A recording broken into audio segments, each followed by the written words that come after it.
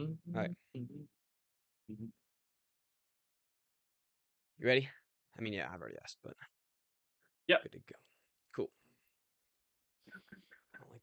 I would hate that little light is right above me, but we're gonna have to deal with it. What about me? No, right above me, just like right at the chrome of my head. All right, let's get started in three, two, and one.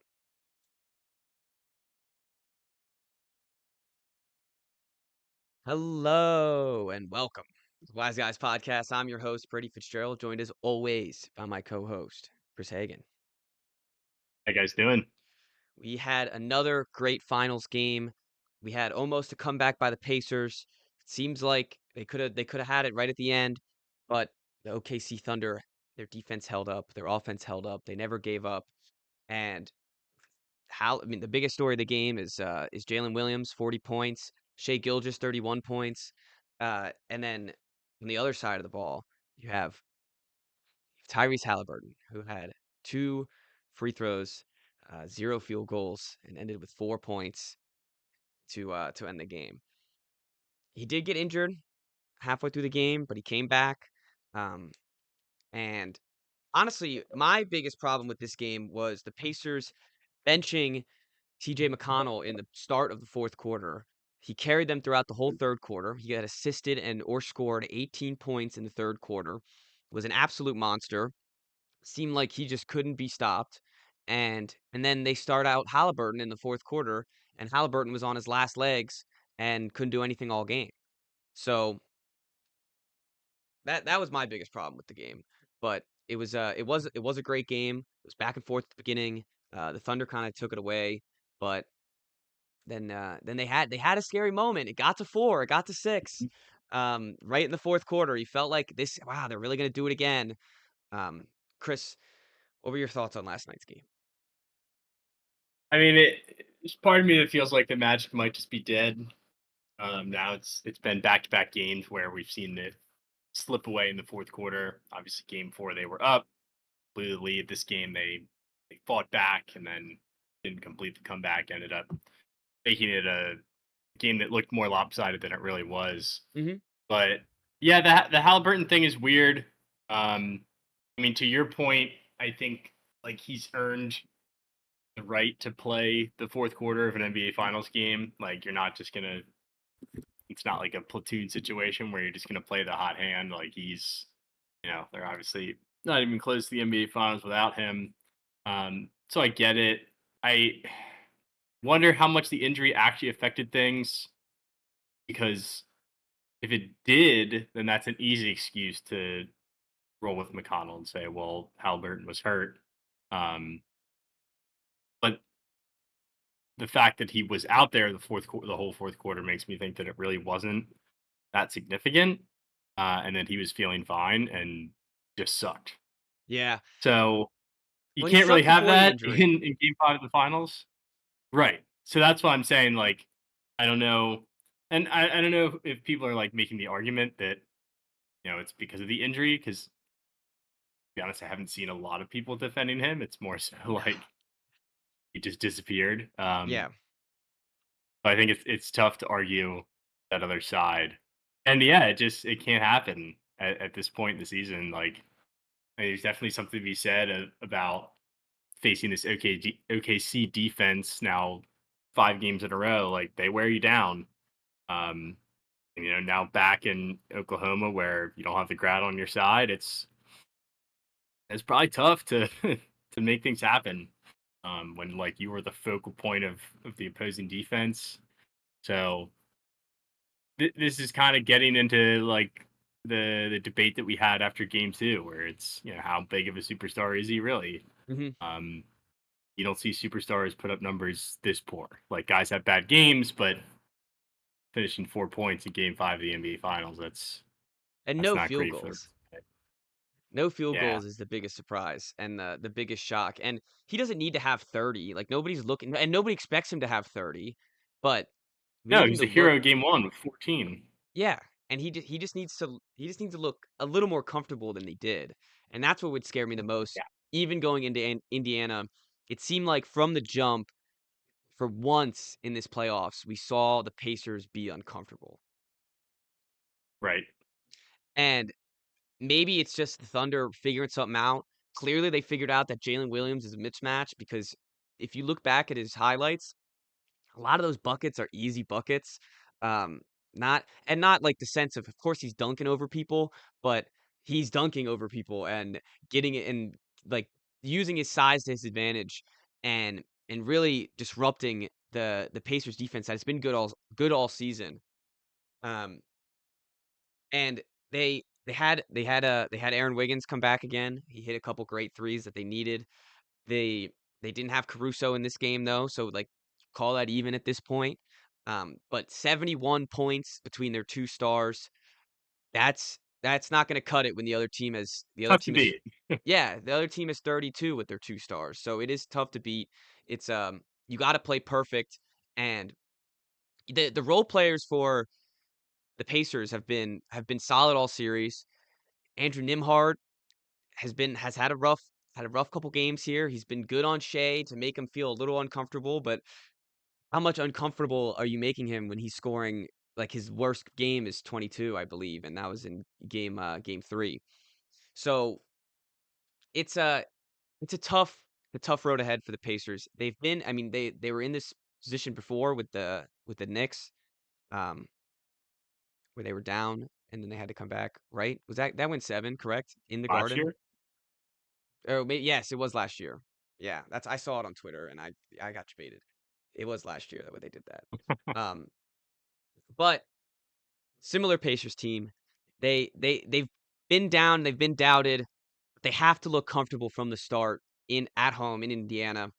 And maybe they will. Maybe they will get up big, but they need to stay comfortable for 48 minutes because OKC has figured it out. OKC knows how to play with the pace. I mean, they always the whole we said it before the we said it before the series that they played with a better pace than the Pacers actually did anyways. So they're finally unlocking to that. They don't look as stagnant or as, you know, your turn, my turn, which is funny to say because it was quite literally some at moments, your turn, my turn, but instead of them missing, I guess it just looks better, when it looks more like a cohesive offense when they're scoring 31 and 40. So it's it's gonna be a tough game 6 for them. And They I can't like, it was shocking to watch, like, I can't believe they're coming back in this, can't believe they're making it close, and OKC was like, "Not today." They just shut the door down, and really it seems like I think they figured it out, um, to this point. It certainly feels that way. Um, I mean, especially when we going into the series, we had that prediction that like this they were the better team by such a wide margin. And if they play their A game, like there's pretty much no way that they can be beat. And I think that's held true through the series. Like the first game that they lost, they shot what like 40% from the floor. It was awful. Yep. Um, I think they're even less, like 30 something still. yeah, it was bad. Game three, I don't know what exactly they shot from the floor, but it was a sloppy game. Wasn't well played, and then these last two nights, like they have taken over, especially in the fourth quarter, and that's been the Pacers' MO was like we're gonna hang around, and then we're gonna knock you off in the fourth quarter. Well, OKC has turned it up and played their A game in the fourth quarter, and these are the results. So I think when you bank on these comebacks and you bank on teams, like slipping up and making those mistakes, OKC's not making those mistakes, and there's really nothing that the Pacers can do. And this is why game 4 was so important for Indiana, and it seemed like Yeah. this is why, like, the wind under their sails was let loose. It was gone. The sail is not no longer pushing the boat. And it's because you look at it and they had 11 assists in game 4. Now they have 24. They had 3 threes. Now they have 11 more threes with 14 in this game. If they're figuring out the mistakes that and they won that game. So it's if they're figuring out the mistakes that they made in a victory, then this is the results that you're going to get. Um I do think that Rick Carlisle yet again seemed to have waved the white flag in the fourth quarter it was still a 9-point game, and or it was like an 11-point game, and they put in the bench. It seemed like there was a if they had any hope in Halliburton to have this heroism play again, then they would have kept him in there. But it seemed like he chalked it up. They didn't want their guys to get hurt any more than they've already been. They're probably exhausted. Playing this OKC team seems like hell. I mean, there's not there's you're excited when Aaron Wiggins is out there because he's like the worst defender. And you're excited when Carson Wallace is out there because he's the quote unquote worst defender. Um, and those you're like Dort has completely taken anyone he's guarded out of the game.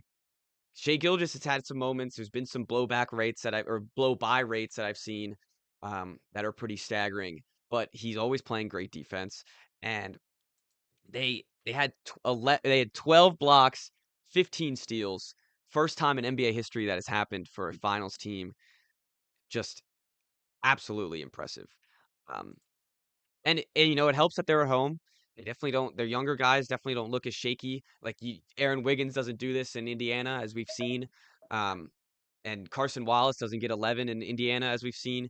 But that's when Alex Caruso comes in. That's when Lou Dort comes in, um, and you don't like. They don't even need a good game from Hartenstein. They don't even need a good game from Chet. Um, but they controlled the rebounds, and they're playing the double big lineup, and it's working out for them. Yep. And like your point about like you don't need points from Hartenstein, you don't like Wiggins isn't going to get you 15 every night. As long as somebody steps up Hmm. and contributes a little bit, they're fine because you're getting 30, 35 from Shea Gilgis every single night. Like Yeah. you're getting generally at least 20 from J Dub every night. And when he goes off for 40, like you literally need guys to score 6, 7 points. Like get me a couple buckets, and that's all they need. Yeah, Um, so they there's do the just so dirty many work. options that can beat you. And the Pacers, like we've probably beat this into the ground, but the Pacers are similar, but the points that they're getting from their top two are not anywhere close to what like it's like you can compare the depth, and then at the top you're matching up Halliburton and Shea Gilgis. And I think that's the biggest difference in this series that was on full display last night. They they don't have a guy that when the going gets rough can be like, "Hey, settle down, everyone. I'm taking it." And Mm. that's exactly what Jalen Williams did. That's exactly what Shea Gilgeous did, and Shea Gilgeous especially in Game 4. So they and Halliburton doesn't want to be that guy. He wants to be the guy that has 10 assists and 20 points. And that's fine. That's how they've won games. That's how they've made it to the finals. But when the going gets rough, they need him to get more. They need him to do more. Um, and they definitely can't have him a stinker like tonight or last night. I guess is there part of us that should be not feeling bad for, but acknowledging that maybe we're asking too much out of Halliburton? That he's just not that type of player, and because he's the best player on the team, that's being put on him. But reality is, like they just don't have that guy, so we shouldn't be expecting it every night. Like when he has a stinker, it shouldn't be as shocking. I agree. I think that's true. And I just think the magnitude of the stink, if you will, Yes. might be the cause of a lot of this criticism because, as you said, he was the hero of game one with 14. Um, he hasn't scored, I don't think he scored 30 in the whole finals. And they've won 2 games. So he averages 18 the whole series and the whole playoffs. So he's not looking to score 40, but sometimes you need a guy that even if you're not looking to score 40, needs to score 40 when the going gets rough. Mhm. And I think that's might be where the superstar aspect comes in, where and that that's why Pascal Siakam's never been that type of player. Because if he scored 50 or 41 like Jalen Williams did, we'd be shocked. Um, and I didn't think Jalen Williams would come up to this level, but here he is on the biggest stage, providing what he needs to do um, to carry his team to the championship. So it is funny. I also think it's funny the conversations. It's like, oh, could Jalen Williams win the Finals MVP? It's like, all right, have you been watching the rest of the No. series? Yeah, every possession they want it to go to Shea, and Jalen Williams is a great complementary piece that comes with his ups and downs. and it's been very much up this whole playoffs. But he's not the Finals MVP. It's got to be It's got to be the actual league MVP who won it That's for the whole chance. season. Um, do you think there's a chance in Indiana on Thursday for the Pacers, or do you think this is a closed book? Because I've been ready to close this book, and I think it's done. I don't want to count them out. I wouldn't be shocked if they win Game 6. I wouldn't bet on it though. It is funny though that like if they pull this one off, then we're going back to OKC for Game 7 in a series that's felt completely one sided. Yeah, yeah, You know, it's I like do. even after 2-1, it was like, uh, still don't know if we trust the Pacers series. Like they're up 2-1 in the final. But yeah, it does feel like we've seen series go this way before, And to where the your worst team degree, gets a leg up, and then you see things start to shift in Game 4. I think that's a possibility, and I do, as you just said, even though I just said I'm ready to close the book, I can see a scenario where there's a scrappy game 6 from the Pacers. They really grind it out and get it, they eke out a win. Nobody believes in us, and then just like Denver in the second round, get absolutely waxed in OKC in Game 7. Yeah, I wouldn't be shocked about either of those two outcomes. The apparently I'm seeing this now, is from 2 hours ago. Tyrese Halliburton is believed to have suffered a strained right calf and needs an MRI to determine the severity. He said a quote after the game. He said, "If I can walk, I will be playing in Game 6," which is the mentality you want to have. That's a yeah, great of course. mentality. Um, and it would be a shame if it comes like if it's Game 6 and he can't play and then it's just done and it's a blowout and there's nothing you could do. But I do think bringing it back to the earlier conversation there, if they could have had Halliburton and TJ McConnell out there, I just thought that was weird. They brought him back. It seemed like too little, too late in the fourth quarter. And he's been a hero of two games now, or would have been the hero of this game if they had won, but um, been the most aggressive pacer at least um, in two of the games. So it's a it's a weird scenario what to do here, but you know you got to trust the guys that you've been riding with. You got to trust the guys that have Yep. taken you there.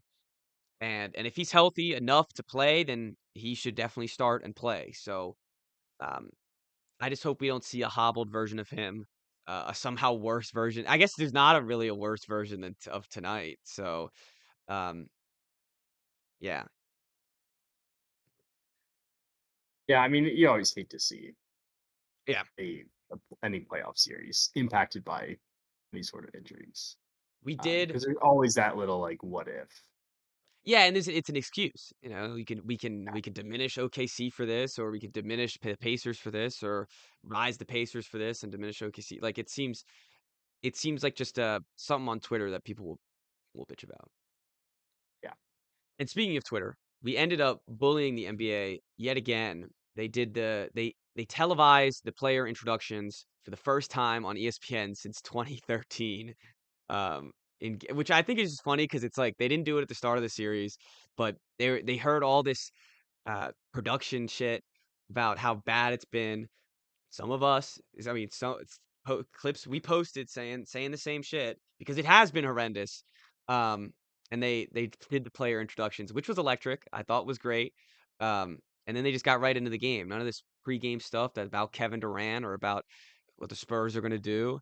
Um, so I thought that was a great addition to it. I think it did add some excitement. The Thunder pregame to the starting five was great. Hearing the boos for the Thunder fans when the Pacers were introduced was great. It really felt like, it's all on the line here. yeah. I mean, I guess credit to them for listening and trying to improve. Um, but I'm a sucker for that kind of stuff. Yeah. I like to see Oh what the yeah. crowd looks like. I like to Yep. hear it with no announcers. Because then you gotta feel like you're there before the game tips off. Hmm. Um, yeah, I definitely credit to them where credit is due. It doesn't mean the product has been good overall, but better in game 5 and it wasn't game 1, so we'll take those. It is funny that you say the thing about, like, Kevin Durant and the Spurs, and it feels like the NBA discourse is more focused on, like, what could happen than what is Yes. happening. They love It's what like could I just happen. saw when I opened up my ESPN app, like, the first clip that popped up was Stephen A. Smith complaining about the Knicks, like, not pursuing Kevin Durant. Well, ESPN is stuck. They love. I mean, they just love the big play. Like it's LeBron, it's Kevin Durant, it's Steph Curry. Who's Um, asking for that?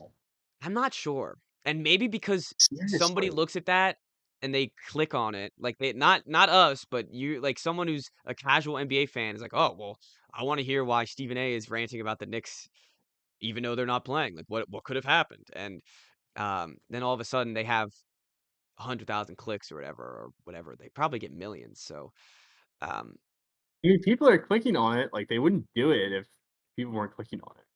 oh They have a yeah, business model. I just don't know who's asking. what It I seems like think. everybody hates Sorry, what'd you say? It seems like everybody hates it. I said it seems like everybody hates it. I agree, but then everyone gets like I think this is the issue is that after game 4, the next morning Desmond Bain gets traded to the Orlando Magic from the Memphis Grizzlies. Um Something we need to discuss in a second. We will. I actually forgot about it until because the finals are going on and I was talking about the finals. It's I think that's the type of shit that the NBA can't have. Why is there trades going on in the finals? The Pacers made a trade today. Bro, you're playing in game 6. Like, why are you making a trade?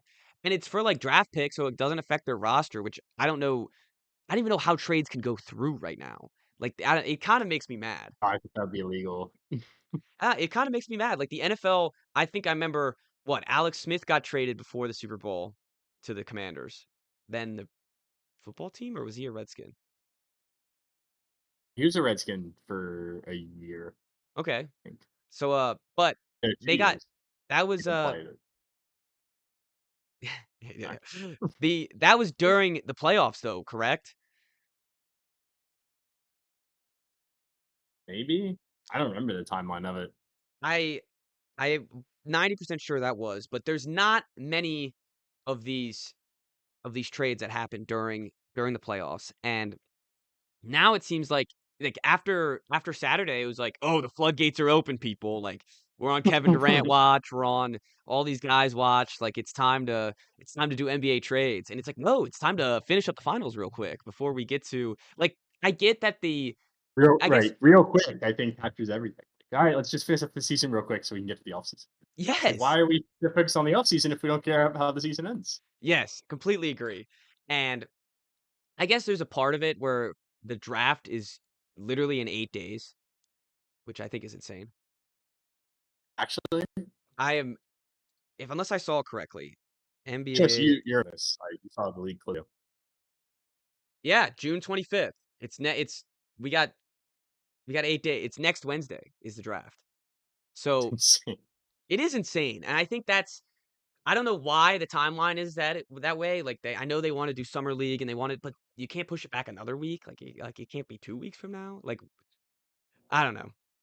And the trades definitely bother me though.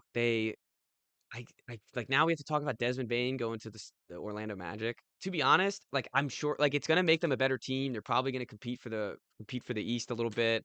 You still need to step up from Franz and Paulo, and I don't know if they're ready for that yet. It's not like it matters for the timeline. And they gave away 4 first round picks. The only one of them matters. It's a Phoenix pick, actually. I don't know how they got it. It says like swap from Phoenix or Washington. So I don't. Maybe it was like some of the one of the Chris Paul remnants, and I don't even remember how they got it. Um, they trade away 2 role players that they probably didn't want on their team. KCP was absolutely invisible on the Magic. That was a like I remember we were talking about that signing maybe for a little bit during the last offseason and he just did nothing the whole series, the whole season for the Magic. Um, and Cole Anthony is a nice young player, but I don't think anyone wants him to be your starting point guard. And I think Desmond Bain is a good player. He's a good complement. They really need 3-point shooting. So I think it's a fine trade overall, but I think the storyline should be, why is there a trade going on right now? I agree. And we have so long in the offseason to talk about trades. Exactly, and the Orlando Magic roster is not gonna look like this in 3 weeks. It's not gonna look the same. There's gonna be Right. another move. They're gonna I don't know, they probably got rid of their draft pick on Wednesday, literally next Wednesday. Um, but also, sorry, this said side tangent to myself. The draft is 2 days now, by the way. Who is gonna watch the I second? thought it wasn't 2 days last year? Or is that I think this is the I I believe just this is the remember them first year. announcing that they were changing. Yeah, I think they You're a announced it the sicko first and year. you stay up for the second round, so you would Yes, I know do. more than I like the second round, but I like the second round in the same day. I don't wanna I because when you're watching the second round, you might as well watch it on Twitter. Even though I sit there and watch it, you might as well watch it on Twitter. They're all wearing the wrong draft hat. None of them are going to the team that yeah. drafts them, and you This don't is know making half me the hate the guys. What'd you say? So this made me hate the NBA. The draft thing is so ridiculous that you don't know who's going where. And It's so maybe the 2 stupid. days helps that. Like, maybe the 2 days makes it a little more, Maybe but you have a nobody's day to like, process who went where. The second round is the Wild West, though. Like nobody's picks. Maybe like 5 teams are making their original pick. and and the other thing is, like, everyone's looking forward to Bronny James getting drafted. Like, that's why we're watching the second round. Like, we're not there's for all the Jokic's and the Draymond Greens and the Isaiah Thomases that go in the second round, there's also just a bunch of bums that go in the second round that never It's play in the NBA. mostly And yeah. some of them are like, All the guys who were sick in college that you're like, oh, like maybe, and they all are bad. Every "Oh, one of yeah." them. And, or they're like some foreign guy that literally won't even play into the league for like 3 years because he's stashed in Europe. He might never get on a flight to come to America. I there's like I remember a couple Celtics that I remember them watching them getting drafted and like they've never been on the roster. They Yep. probably still have the rights for him and they probably are just keeping him in Europe. Yep. So we have plenty of time to talk about all the offseason stuff that happens. That's the moral of the story. So what we're gonna do is we're gonna draft ourselves, Chris. We're gonna draft. Oh, yeah. Um, I'm very excited for this. It's a new version of the top five. Um, sort of. I mean, it's still a top five, but we're doing cartoon characters in a starting lineup for basketball. So 5 picks, of course, but instead of one, two, three, four, and five, it is point guard, shooting guard, small forward, power forward, center. And you can pick in any way, in any order, whatever you Okay, that's feel, what I was gonna ask. whatever you feel fit. Um, and Chris, I'm gonna let you get number one. Boy, okay. Uh, all right, I'm gonna take my clear best player, and it's not even close. That's Elastigirl, gonna slot in at small forward. Ooh, okay. His length and the stretch ability, like she would be an unstoppable force. She could block every shot. She could shoot over anybody. So that's 3 and D right there. That's a great Peak pick. 3. That's a great pick from The Incredibles, of course. If you're unaware, Yes. um, Peak under a I think rock. that's a fantastic pick. You're right. And she's basically the leader. Like she takes care of Mr. Incredible. She's the man of the house. So you have a real leader Oh on the yeah. team that can have a nice sense of direction for your needs. I like that a lot. Yeah. A superstar who's not just in it for the money. Yeah, Like the other yeah, the other players will look up to her. completely agree. And sacrificed her own Elastigirl image to become a part of the Incredibles. So she's a team Yes. player as well. Right. So ego doesn't matter for her. Good point. Absolutely. I Um, was more so thinking about like the arms, but yes, yeah. those are also a factor. Well, and like she could just like stretch her whole body and become block the basket. Right. That's that's great. I have a similar Immediate pick defense. coming.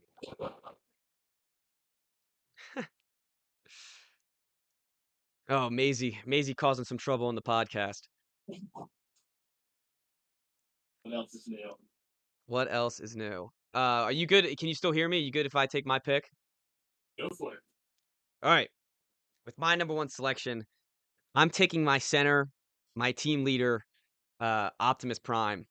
Have you seen have you seen the old I think it's probably the 90s of the animated 2D um, Transformers, and in one of the episodes, he's bawling. He's literally bawling. He dunks. He grabs a basketball. I'll send you a picture of it so we can post it in the collage.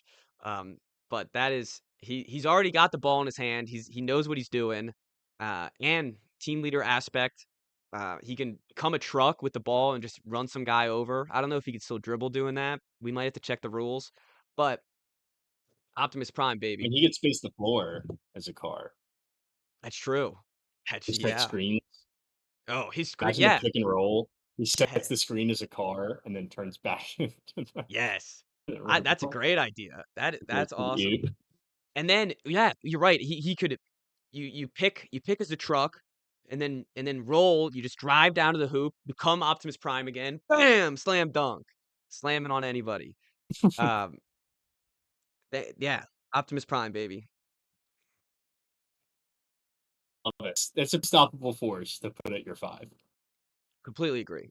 Completely agree. Athletic too, an athletic 5. Oh yeah. Yeah. I'm going to also take a big man here. I need someone who's not afraid to get in there around goal. I want someone who plays with some fire, some aggression, some wreck, who takes from Eddie. That guy is going to be a force at power forward. Um, I wanted somebody who just was like pure muscle because I've got Mhm. Elastigirl who can stretch a little bit. Now Shrek is changing up the tune. I don't need a stretch four. I need someone who's going to get in there, He's getting throw dirty. elbows. It's going to be nasty. Yeah, Oh yeah. like, I want Shrek to lead me in technical fouls. Yep. Like I wanted to be Draymond Green. Great. Yeah, he's Draymond. He's sliding down on the ground. He's getting dirty. He's I mean, and he stinks, bro. Like the guys that go after him are gonna have to plug their nose while dribbling. Like it is, they he's got that stink to him, that stench, and you're right. He's like a junkyard dog, quite literally. And I think every team needs one of those. So I like that pick a lot. I got some fiery guys on here too. I got a pretty balanced team. This is great. This is awesome. Um, with my number two pick, I am stealing him because he's quite similar to your Elastigirl pick. I'm taking Jake the dog from Adventure Time. He he's a loyal companion to Yep. Finn, never wavering on his commitments, on his loyalty.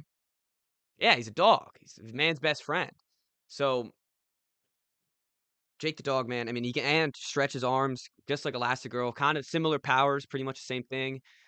So everything that you said about her, apply that to Jake as well. Not as much as a leader, but that's okay. We don't need a ton of leader. We already got Optimus on here. We don't need everyone thinking they run the show. That is true. That is true. Where are you putting him? You say what I position?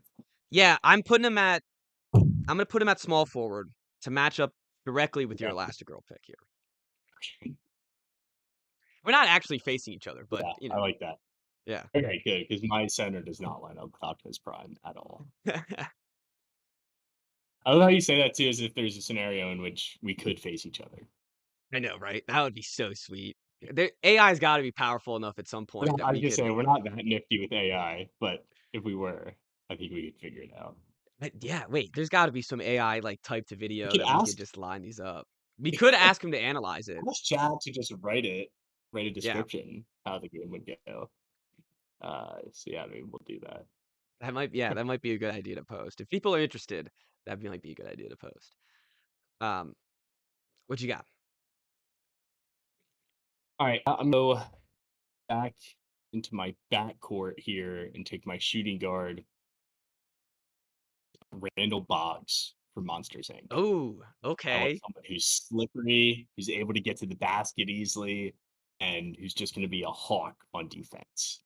And he Yeah, could he's not gonna be fun to disappear. mess with. Like you might think that you're open, and then boom, there he is, right in your face. I think that would make it quite the headache and try to get somebody open. So I like that ability. I think he's quick. He can guard anybody pretty much. Oh So yeah. imagining he has a high vertical, can't confirm that. But just the slither ability is going to make him a nightmare defensively. Defensively, he's a tank. Like as you said, when he goes invisible, everyone's gonna think they're wide open, and then all of a sudden, boom, purple hand right on the basketball, stealing that shit, blocking that shit. Um, it's really gonna be frustrating to go up against because everyone's gonna think that they're wide open the whole time, and they think they have a mismatch. They think that somebody's lazy on the defense.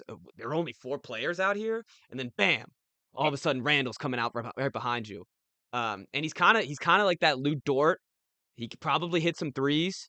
He seems a little quick. Yep. And if he's on a fast break on all fours, I mean, he could just scatter right around the court and then try to get that lob for the dunk. So Oh, yeah. I like that pick a lot. I don't know how I've effective is noticed the that as far as invisibility a on shooter offense? on offense, um, I mean, I feel like it's even more effective. Just slipping It's past like the who's defenders. like who's the opposing shooting guard going to guard? Yeah, that's true. Yeah, they just have to You you could just go have up to for alley play. oops all game. Yeah. Well, yeah, you just I got to guess the problem was there Optimus would have to Prime be sitting some right sort of there. connection. Yeah, you don't because you don't know where he is either. So that would be the issue. He'd Yeah, have to you'd have to have set plays like you'd really have to work on to get the timing right. yeah, it's a little bit of practice. Practice makes Yeah. perfect. I like that a lot. Um, okay. I don't know who to pick here. It's funny. I don't know if any of our guys are going to overlap, so it might not matter. But Don't think so. I'm taking the point guard. I'm taking the jump man. Give me Mario. Oh, I actually had him in my reserves. Yes. All right. Sweet. I'm glad we had something that was similar. Yeah, Jumpman. He works with the fire flower. He can sling the ball pretty easily. So I know he's a good bounce passer. Um, he's got the jump, the vertical, and he's not the biggest size. He's kind of like a Brunson or maybe maybe someone in that range, but I think he can get to the basket. I think he's pretty quick. And if we can get some mystery blocks on the sidelines, I mean, we can get fancy up in here. He could start flying with his Tanuki Yeah. suit. He might just be able to throw some flames on people. The freeze flower, he might be able to ice the court a little Oh, yeah. bit, make people slip, hurt themselves. Um, I mean, we're getting vicious out here. So I need Mario and all of his powers coming in. And, you know, going gets tough. Optimus Prime's a little hurt. Give him a Mega Mushroom. Sit down for 5 minutes while Mario Oh, takes care of the center position. yeah. I mean, he really is a do it all type guy.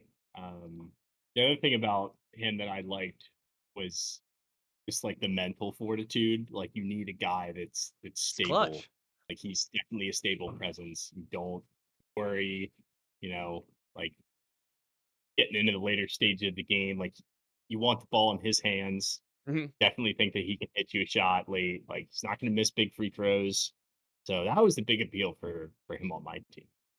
And and to that degree, he doesn't get razzled. He doesn't get he's just on the net. Oh, Oh, your princess is in another castle. Let's go through 7 of them. Like let's get this done. Like I'll knock out any turtle that could have even the slightest possibility of having my girl. So if you don't think he's that determined to win championship, then you're just not paying attention. man. Put him at point guard. Yeah, I put him at point guard. I can't have the size is the only worry. It would be the size. Um, it's funny when I was on ChatGPT earlier asking about character. I thought of Mario, and then I was like, I wonder what other Mario characters. So I just asked, like, what Mario characters would be good at basketball? And he was the first one that came up, and it compared him to Chris Paul. Yeah, he could Oh, it's funny. facilitate, make plays, a little short, might not be the best at defense, but, we'll figure it Yep. out. Yeah. All right, my number 4. I'm gonna take Mike as well. I'm gonna go with Emmett from the Lego movie Ooh, for the sole purpose of being a master builder and seeing everything. he So I sees the think when court. you've His court got, vision's especially when you've unmatched. got Randall flying around and like knowing him, Emmett can't because he sees literally everything. That's a He's great taking pick. the ball up. Like we're in the half court all game because he sees everything. Like this offense is going to float so smoothly, and I think it's easier to not having any sharpshooters on this roster just because of the way that he'll see the floor. Defense might be a liability, but again, like the call outs on the switches and the screens and everything, like he'll be there for that. And He's then seeing the plays that like the he's got offense is running. Elastigirl on recovery. Yeah, and he's seeing the plays that the offense is running, the opposing offense before they even run it. Yeah, That's a good pick. I didn't even think about Emmett. That's a great pick. And I mean, he comes into the huddle and he's like, there's something that nobody's ever thought of before that we can run on offense. right. Yeah, yep. And They will never run the same play twice, no, no. at least at the end of the game. And he's happy to be there. He doesn't have another one with no Yep, ego. little vibes guy. Yes, probably a great locker room guy, someone that everyone wants to be friends with. So that's a great pick. I absolutely love that. All right, I'm gonna pick out my small forward, and I'm taking the Shredder from the Teenage Mutant Ninja Turtles franchise. Okay, He's my power forward. Because Jake the Dog is my small forward. So he's helping out Optimus Prime on the defensive side. He's got that real anger and that ferocity to him.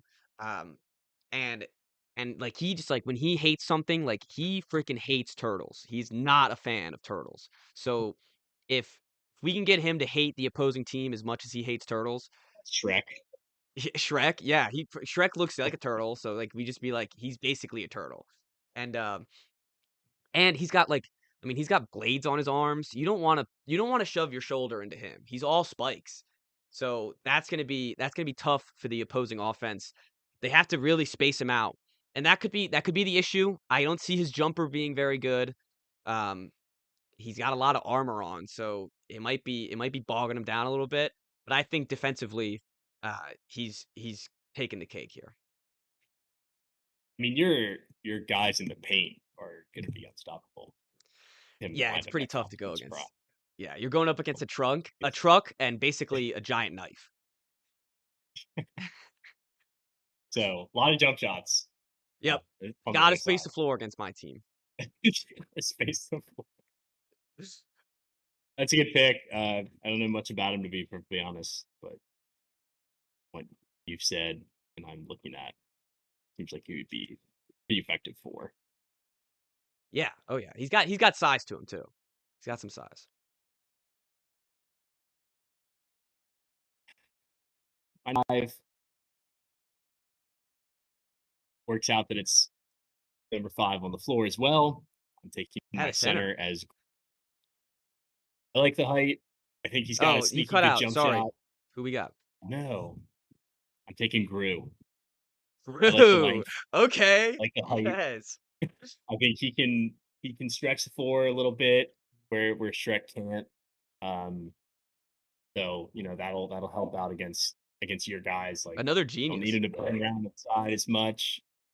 Yeah, definitely another guy who's got the brain, good intangibles, good basketball IQ. I like putting high character guys. Hmm. Um, so if Randall Boggs in your starting lineup, you need a squad that's gonna boost the character around them. Yeah, The Groove definitely redeems himself. Smart guy, but it's the physical traits that I really think are could be slept. I agree. His I think build he's is well. He's got his a great jumper. his build though is I think it's perfect basketball build. Like it's a sleepy Yeah, perfect basketball build. He's got the long legs. He's got the nice thick torso, and yeah. and his I mean his head's he's got a little nerd neck, but that's okay. We can get past The that. nose will probably poke people in the face too. Like That is true, that's a and he'll sneaky help. use it. He'll use it to his advantage. And the other thing is too is that you have the best of both worlds with Gru, where he could be evil, but he's also kind of a softy down in the like down in the down Oh in his yeah, heart. So you got someone that is willing pick to him work for with the team, guys. and but he's definitely someone that can. I think he can space the floor as well. I think he's got the perfect build to take some jumpers.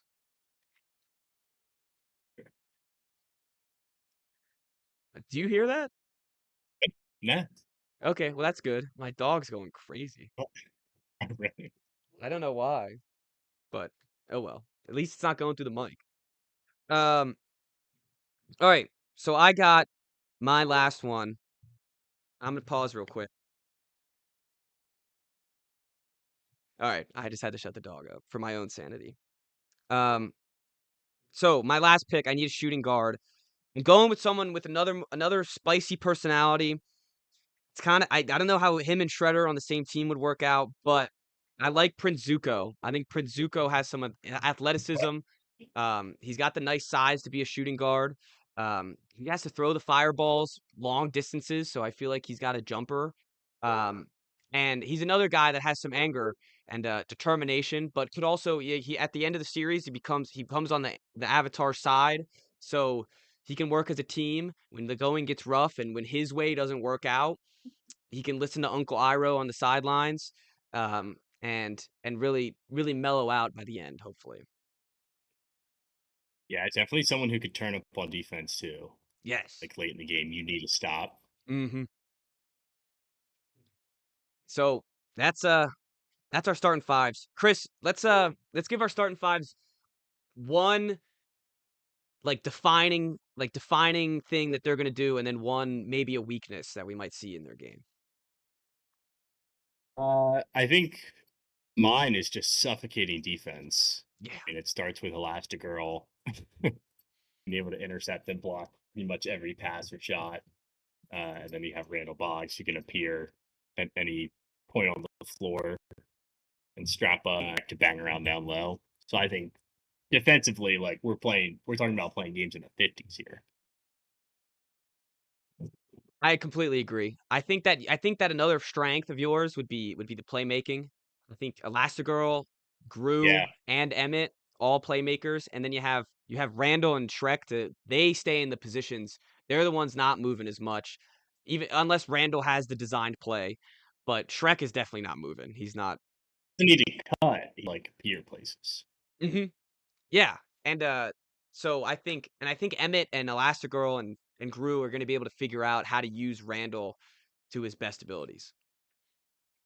Oh yes, definitely. What about a weakness? I think shooting is my biggest weakness, and I'm not too worried. I feel like I'll be able to score a lot at the basket, but I don't know what Randall's jump shot looks like. I don't know what Emmett's jump shot looks like. I said earlier, I think I like what give me. But yeah, other than that, Elastigirl and Shrek probably more scores inside and have a tough time getting buckets in there anyway. I do think Alaska Girl though, like they same with Jake the dog. Uh, if they could get the Miles Bridges arms, they can get the Kevin Durant arms, Mhm. and if they could get the flick of the wrist, then they could shoot over anybody. I But guess Wemby can shoot. yeah, yeah, It's just like three. Like I feel like Elastigirl can pull up from anywhere, but like how much time are we putting into a 3-point shot? that's a Maybe a good lot. point. I don't know. That's a good It's a point. question for coach. Yeah, we should have done coaches too. Now I'm thinking about it. It wouldn't be top five, but we should have done coaches. Um, maybe we'll add on to these fake teams if people like them. All right, I think my biggest strength. I hate to say defense again. But I do think the No, it defense. is. Definitely is. Yeah, Especially interior defense. yeah. I don't know. I don't know who's scoring on the Shredder or Optimus Prime.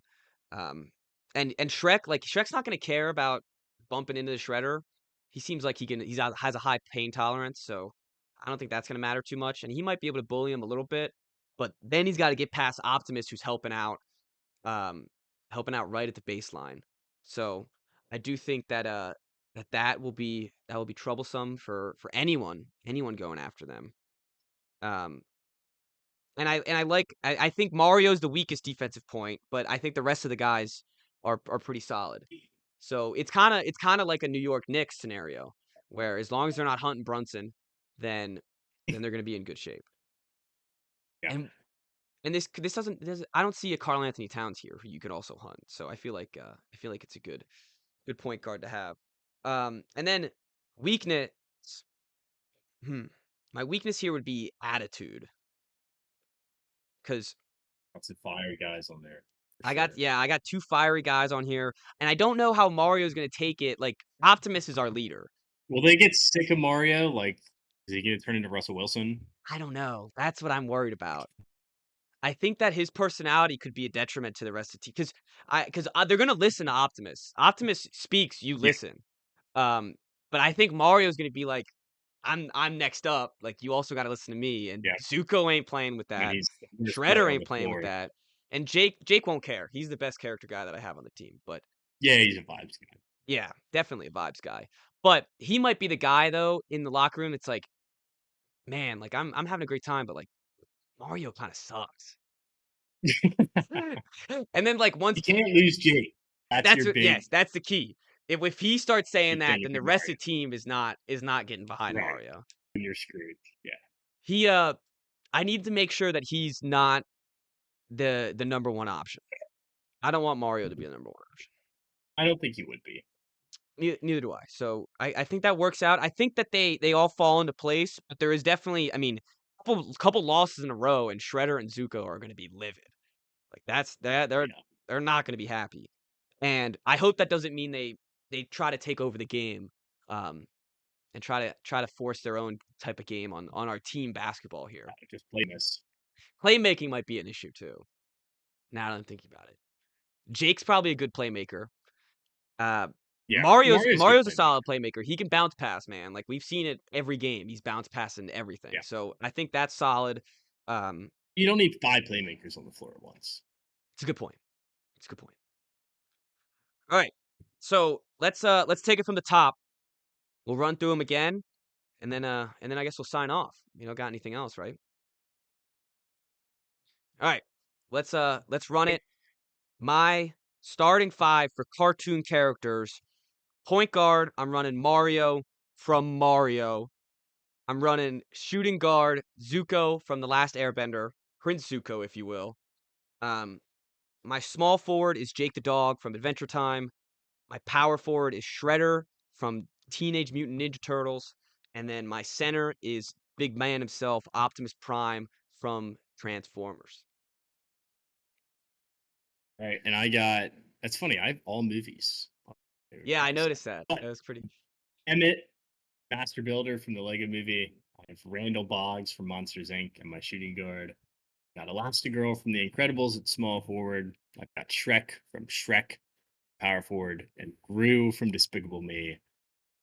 Out the big men. Well, that was a lot of fun. That was fantastic. Hopefully, everyone enjoyed. Honestly, I didn't even see if we had any comments on today, if anyone's listening. But um, we'll see everyone Friday or Saturday. Game is on Thursday, and it might be the end of the NBA For our, season. Huh? also, we'll do our 22-man NFL starting lineup. Cartoon characters. That if we combined efforts, we could make it an episode. That Yeah. might be worth an episode, honestly. Um, God, I'm writing that down. 22. That's a great idea. Um, anyways, we will see everyone for probably some NBA trades, maybe the end of the NBA finals. The draft, that's next Wednesday. Um, Yep. It's and mock draft time coming up. yeah, literally after the finals, we're gonna have to make a mock draft. But that's just the way the business goes. We'll see everyone on Friday or Saturday. Thank you all for listening.